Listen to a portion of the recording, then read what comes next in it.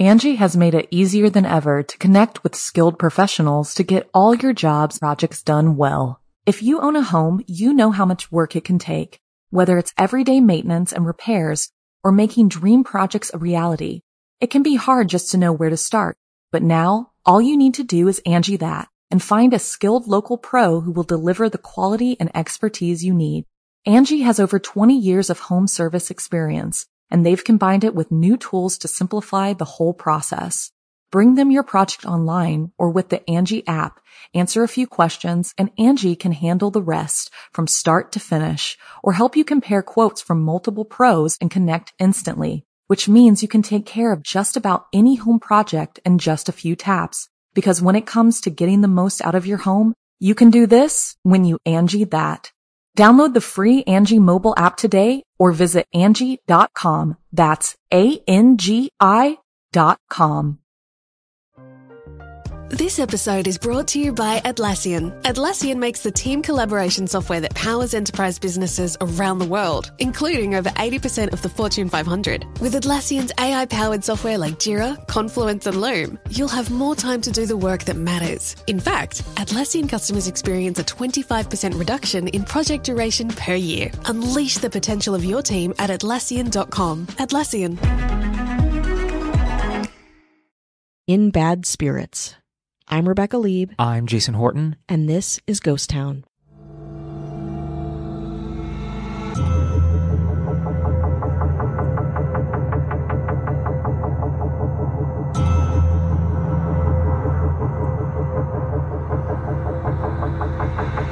Spirit Halloween, known for its seasonal pop-up locations, has become a cultural phenomenon and a key player in the Halloween retail market. Each year, the company's stores appear in vacant storefronts across the U.S. and Canada, supplying everything from costumes and decorations to animatronic displays and accessories for Halloween enthusiasts. We all know about Spirit Halloween, right? Absolutely. It is taken. If you don't know about it, you must be living in a place that is not overcome with consumerism. I see one in every corner. Or all of the stores in your area just keep living on and are not gone from vacant stores to a Spirit Halloween. Yeah. If you haven't overnight. had a Walgreens taken over the next day by a Spirit Halloween store, I want to know what city you live in. In fairness to Spirit Halloween, yes. Is it predatory? Yes. But they're not the ones who drove Sears out of business in order to make Spirit Halloween live, but it is kind of trampling over the graves it's just of one stores. facet of a very large problem. Yes. It's not all their fault. It's partly their fault, but I mean, there's a lot of problems that's at work here. And they're all going to get solved today. Do it. Spirit Halloween was founded in 1983 by Joseph Marver from San Francisco. At the time, Marver owned a small women's clothing store, but he saw an opportunity in the growing demand for Halloween costumes. Inspired by the success of a nearby costume shop, he decided to convert his store into a temporary Halloween outlet.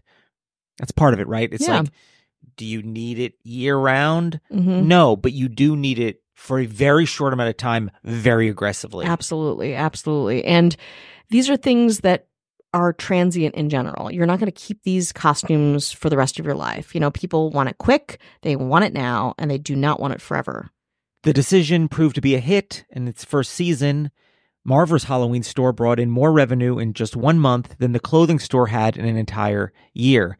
So these are, and it goes on today, the 6 weeks essentially that they kind of take over, they sell hard, and then they're gone. Is probably more money than the store would have been, whatever the store in its original incarnation, probably for the last 6 months. Yeah, absolutely.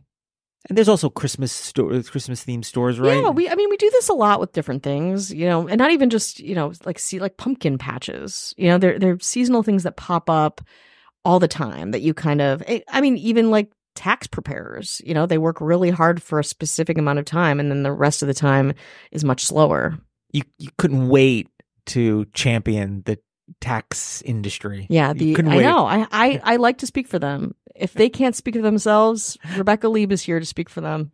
You're welcome. Seeing the potential, Marver fully committed to the Halloween business. He founded Spirit Halloween with the idea of opening seasonal pop-up shops focused entirely on Halloween merchandise, a relatively untapped niche in the retail market at the time. The idea of these pop-up stores were not as common in the 1980s and 1990s as it is today, but Joseph Marver had tapped into a growing trend.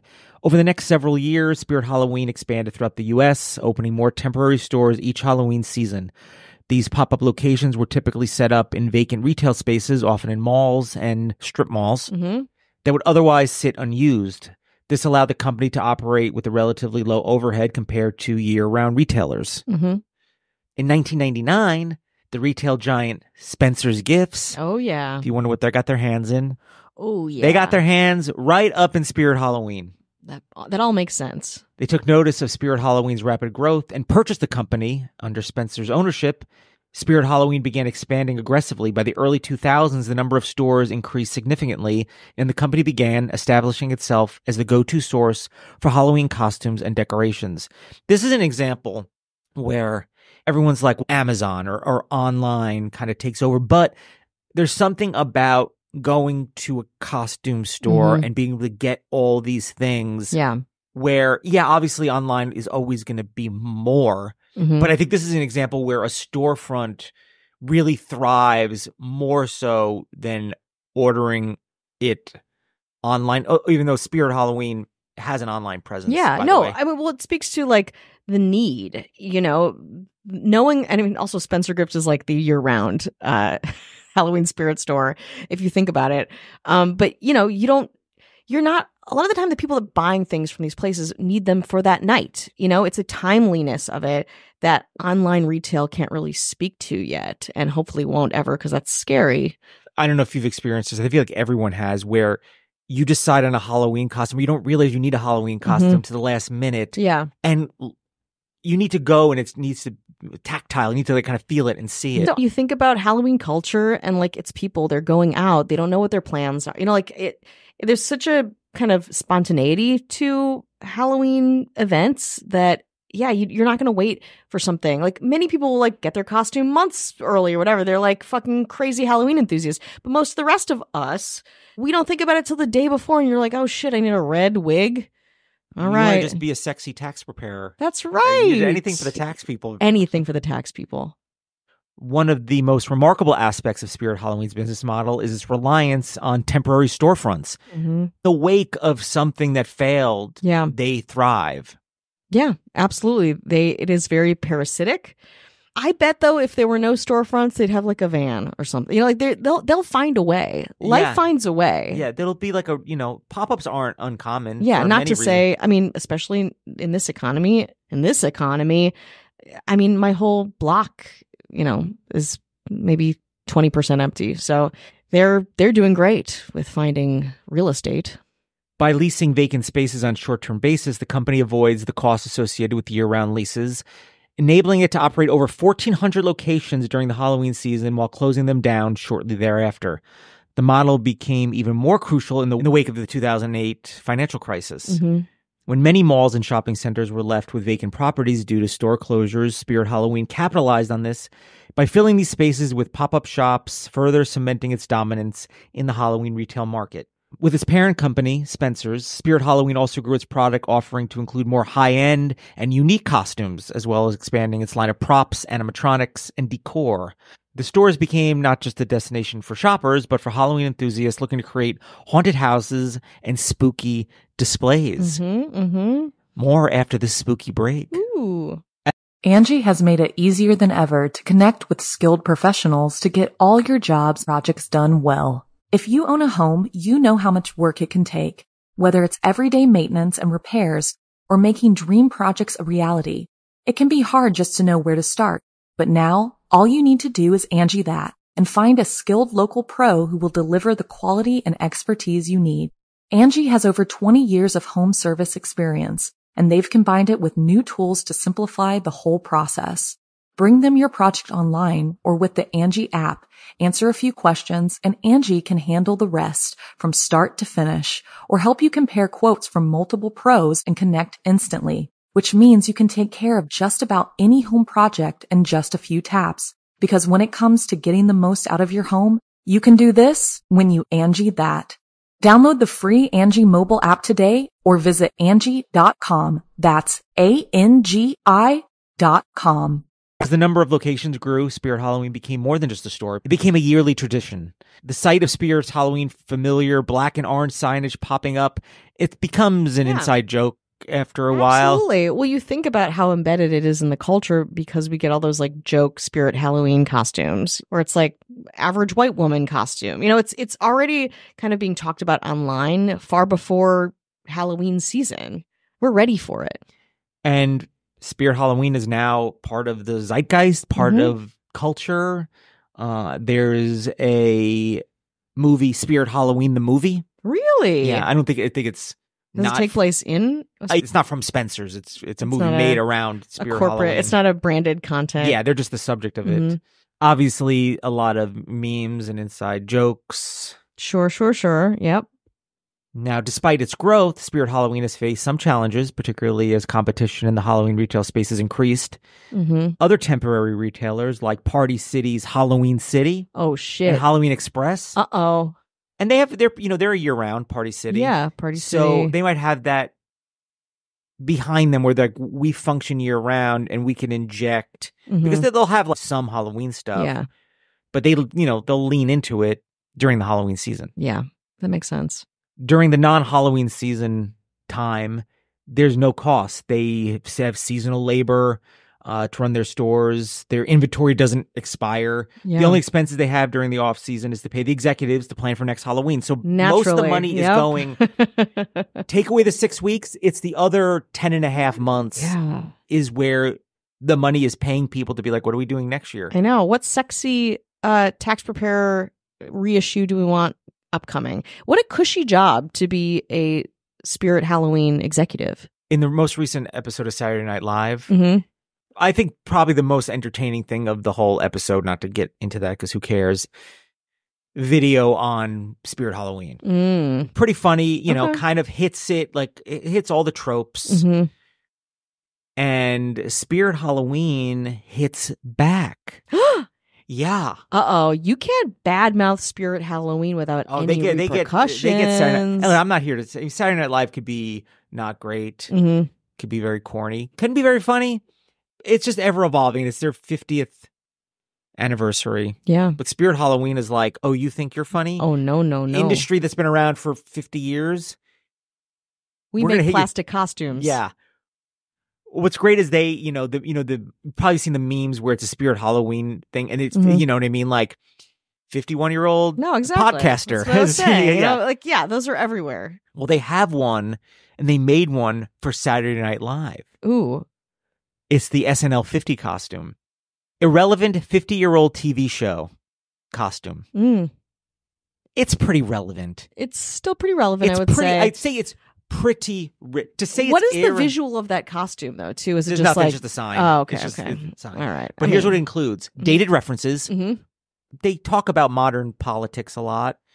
Yeah, they occasionally have things, but they're pretty like relatively on it. I mean, what you're saying is then that Spirit Halloween is dated because you're commenting on a video they made about you. Yeah. So are you dated? You're double dated. Yeah. I'll give that to him though. Okay. I'll give it to him.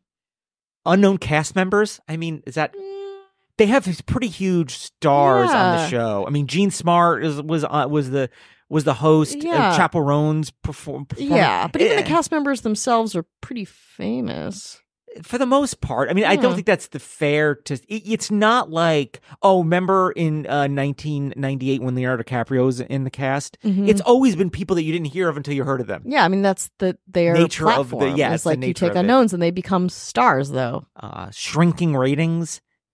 I mean... I can't speak to that because I don't watch I mean, again, I think these things are not really relevant to SNL so much. I think there's probably other ways they could have done that, because if all those things were true, you wouldn't be commenting on this. If it was if the ratings were so like, you'd be like, oh, I never even heard of what they did to us. But it was like pretty, because the internet, that breathes new life into it. Yeah.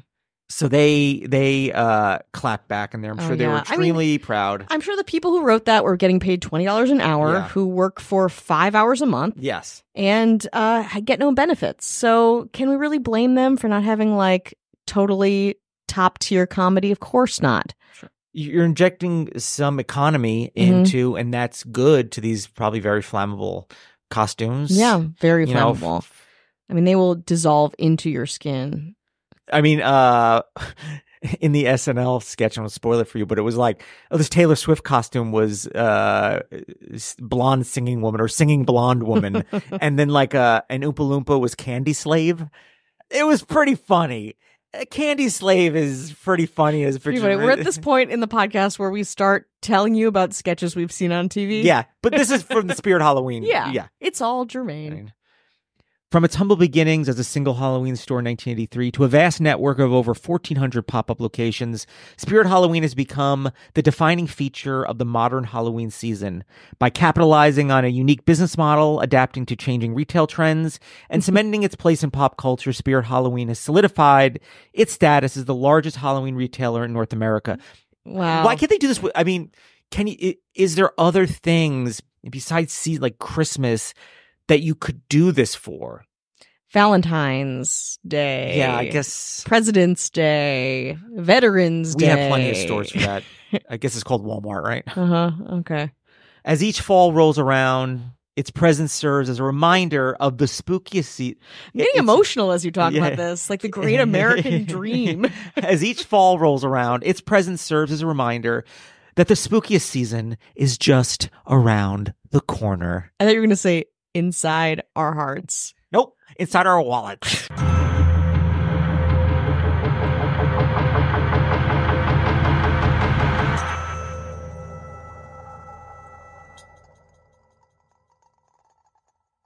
Angie has made it easier than ever to connect with skilled professionals to get all your jobs projects done well. If you own a home, you know how much work it can take, whether it's everyday maintenance and repairs or making dream projects a reality. It can be hard just to know where to start, but now all you need to do is Angie that and find a skilled local pro who will deliver the quality and expertise you need. Angie has over 20 years of home service experience, and they've combined it with new tools to simplify the whole process. Bring them your project online or with the Angie app, answer a few questions, and Angie can handle the rest from start to finish or help you compare quotes from multiple pros and connect instantly, which means you can take care of just about any home project in just a few taps. Because when it comes to getting the most out of your home, you can do this when you Angie that. Download the free Angie mobile app today or visit Angie.com. That's ANGI.com.